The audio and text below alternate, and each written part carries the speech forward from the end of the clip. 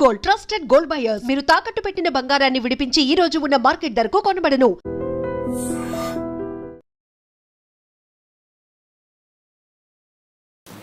అందరికీ నమస్కారం. Welcome back to IT media. నేను మీ ఝాన్సీ. మన ఆయుర్వేదం ప్రోగ్రామ్కి అందరికీ స్వాగతం. సో షుగర్ ఉన్నప్పుడు చికెన్ తినాలా, మటన్ తినాలా, ఫిష్ తినాలా, ఏం తినాలి అంటే రెడ్ మీట్ని షుగర్ ఉన్న వాళ్ళు తీసుకోవడం మంచిదేనా? రీసెంట్ టైమ్స్లో నాన్ వెజ్ తినడం అనేది చాలా ఎక్కువగా పెరిగిపోతుంది. ఇంతకుముందు ఎప్పుడో సండే రోజునో పండుగలకి పబ్బాలకి తినే మీట్ కాస్త ఇప్పుడు ఎప్పుడు కావాలంటే అప్పుడు అవైలబుల్గా ఉంటుంది, తెచ్చుకొని తింటున్నాం. ఈ మీట్ని ఎక్కువగా తినడం వల్ల చిన్నప్పుడే అంటే చిన్న పిల్లల్లో కూడా షుగర్ వచ్చే అవకాశాలు ఉన్నాయా? దీనికి ఆన్సర్ తెలుసుకుందాం. ప్రస్తుతం అంతా ఉన్నారు 35 సంవత్సరాలకు పైగా ఆయుర్వేద వైద్యంలో తన సేవలను అందిస్తున్న వంటింటి చిట్కాలకు కేర్ ఆఫ్ అడ్రస్ అయిన మధుసూదన్ శర్మ గారు. మాట్లాడేద్దాం. నమస్తే సార్. నమస్తే. ఎలా ఉన్నారు సార్? సో ఈరోజు అంటే ఇది చాలా సీరియస్ టాపిక్ అని అనుకోవచ్చు. సరదాగా పిల్లలు కావాలని అంటున్నారనో, అంటే నేను చికెన్ తినకపోతే చాలా వీడియోస్ కూడా చూస్తాం, నాకు చికెన్ కావాలని అల్లరి చేస్తూ ఉంటారు. అలానే పిల్లలు కూడా తినిపిస్తూ ఉంటారు. ఎక్కువగా చికెన్ ఆర్ మటన్ అంటే నాన్ వెజ్ కన్సంప్షన్ వల్ల చిన్నపిల్లల్లో షుగర్ వచ్చే అవకాశం ఉందా? 1 by 1 డిస్కస్ చేసుకుందాము. తప్పకుండా. అసలు మీట్ని 2 విధాలుగా చెప్పుకోవచ్చు మస్తురంగా. Red meat, white meat. Red meat అంటే ఈ యొక్క మేక మాంసము, మటన్, గొర్రె మాంసము, బీఫ్ కానివ్వండి, బీఫ్, ఇవన్నీ రెడ్ మీట్ కిందకు వస్తాయమ్మా. వీటిని రెడ్ మీట్ అని చెప్తుంటారు. ఈ ఫిష్, తర్వాత చికెన్, ఈ కోడికి సంబంధించినటువంటి వీటినంతా వైట్ మీట్ అని చెప్తుంటారు స్థూలంగా. ఈ 2 అసలు ఎందుకు వస్తుందంటే ఈ రెడ్ మీట్ అనేటువంటి పేరు ఎందుకు వచ్చిందంటే అందులో ఈ మయోగ్లోబిన్ అనేటువంటి ఒక ప్రోటీన్ పదార్థము అందులో ఎక్కువ ఉండడం చేత ఎర్రగా ఉంటుందమ్మా. అందుకే రెడ్ మీట్ అనేటువంటి పేరు ఉంటుంది. ఆ మయోగ్లోబిన్ అనేది ఈ యొక్క వైట్ మీట్లో తక్కువ ఉండడం చేత దీన్ని వైట్ మీట్ అంటుంటారు అమ్మా. అది ఇన్ జనరల్గా. అదేవిధంగా ఇంకోటి ఏంటంటే ఈ జంతు పదార్థాలలో అంటే ఈ జంతు పదార్థాలమ్మా ఈ వైట్ మీట్ కానీ తర్వాత రెడ్ మీట్ కానీ ఐరన్ కణాలు ఉండేటువంటి ఐరన్, హీమ్ ఐరన్ అంటారు అనమాట. ఈ హీమ్ ఐరన్ అనేటువంటి యొక్క పదార్థాన్ని మనం తీసుకున్నప్పుడే అనేక రకాల ఇబ్బందులు కలుగుతాయమ్మా. అట్లా కాకుండా మనము ఈ మొక్కల నుంచి వచ్చేటువంటి ఈ యొక్క ఐరన్కి సంబంధించినటువంటి పదార్థాలు తీసుకుంటే ఇబ్బంది ఉండదు. కానీ మరి ఈ జంతుజాలంలో ఉన్నటువంటి మాంసాహారంలో ఉన్నటువంటి కణాల్లో ఉన్నటువంటి హీమ్ ఐరన్ అనేటువంటి యొక్క పదార్థం యొక్క ప్రభావం చేతనే మరి ఈ మధ్యకాలంలో షుగర్ వ్యాధిగ్రస్తులు విపరీతంగా పెరిగిపోతున్నారమ్మా. నిజంగా మీరు చాలా మంచి ప్రశ్న వేశారు. ఈ ఆధునిక కాలంలో ఈ మటన్ నాన్ వెజిటేరియన్ సేవన ఎక్కువైపోయిందమ్మా. మితం హితం.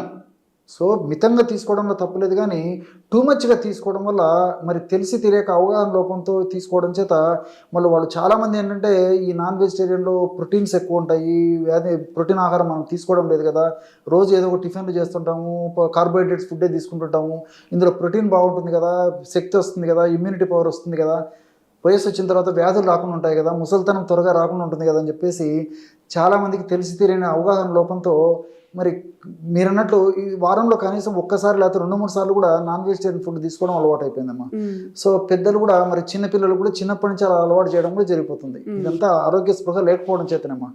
సో ఇంతకుముందు నేను చెప్పినట్లు ఈ రెడ్ మీట్లో ఉన్నటువంటి ఈ మీట్లో ఉన్నటువంటి ఈ ఐరన్ ఏదైతే ఉందో అంటే కణాల్లో ఉన్నటువంటి ఐరన్, డైరెక్ట్ ఐరన్ అమ్మా.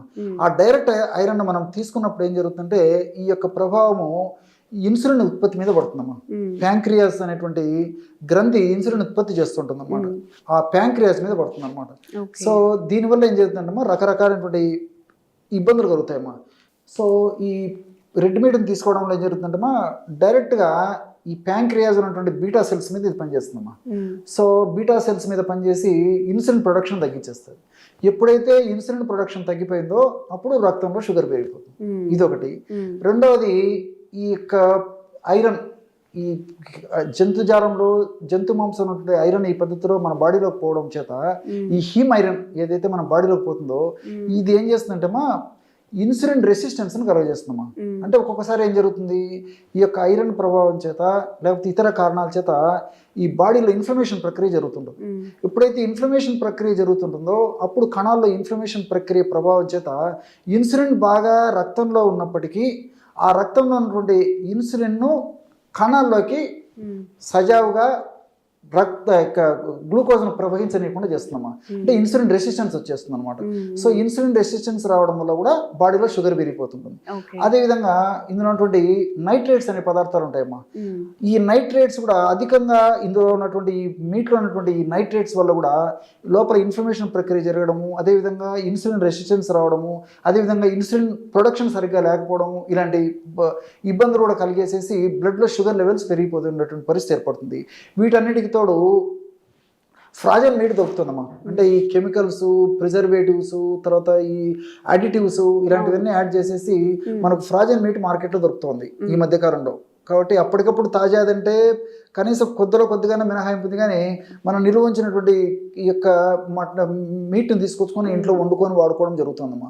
సో దీనివల్ల కూడా మరి ఇన్సులిన్ రెసిస్టెన్స్ రావడము, తర్వాత ఈ ప్యాంక్రియాస్ అనేది సరిగా పనిచేయకుండా ఉండేసేసి మరి అదేవిధంగా ఇన్సులిన్ ప్రొడక్షన్ సరిగ్గా లేకపోవడం, ఇలాంటి అనేక రకాలైన ఇబ్బందులు కలగడం వల్ల మరి ఈ మధ్యకాలంలో మరి చాలామంది పరిశోధనల ద్వారా తెలుసుకున్నటువంటి విషయం ఏంటంటే మరి మీటు ఎక్కువ రోజులు ఎక్కువ ప్రమాణంలో వాడుకోవడం వల్ల కూడా షుగర్ త్వరగా వచ్చేటువంటి అవకాశం ఉంటుందని చెప్పేసి, వచ్చినటువంటి షుగర్ కూడా త్వరగా తగ్గకుండా షుగర్ లెవెల్స్ బాగా పెరిగిపోతున్నాయని చెప్పేసి కూడా చాలా మందికి ఇప్పుడు ఈ పరిశోధన ద్వారా అర్థమైందమ్మా.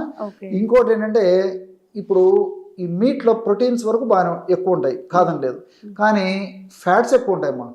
సో అటువంటి ఫ్యాట్ మంచిది కాదు. అటువంటి ఫ్యాట్ తీసుకోవడం వల్ల ఏమంటే రక్తనాళాల సమస్యలు రావచ్చు, గుండెకు సంబంధించినటువంటి సమస్యలు రావచ్చు, మెదడుకు సంబంధించినటువంటి సమస్యలు రావచ్చు. మరి ఈ ఫ్యాట్ వల్ల దేహంలో అనేక రకాల ఉపద్రవాలు కలుగుతాయమ్మా. సో ఫ్యాట్ ఎక్కువ ఉంది, ఫైబర్ బొత్తిగా లేదమ్మా.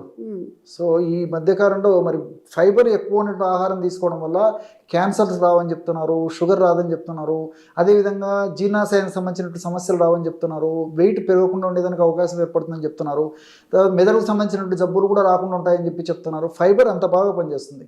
దీంట్లో కొద్ది శాతం కూడా ఫైబర్ ఉండదు. మరి ఫైబర్ లేదు, అదేవిధంగా కార్బోహైడ్రేట్స్ కొద్ది శాతంలో కూడా చాలా ఉండి లేవని చెప్పుకోవచ్చు. సో కేవలము ప్రోటీన్, ఫ్యాటు.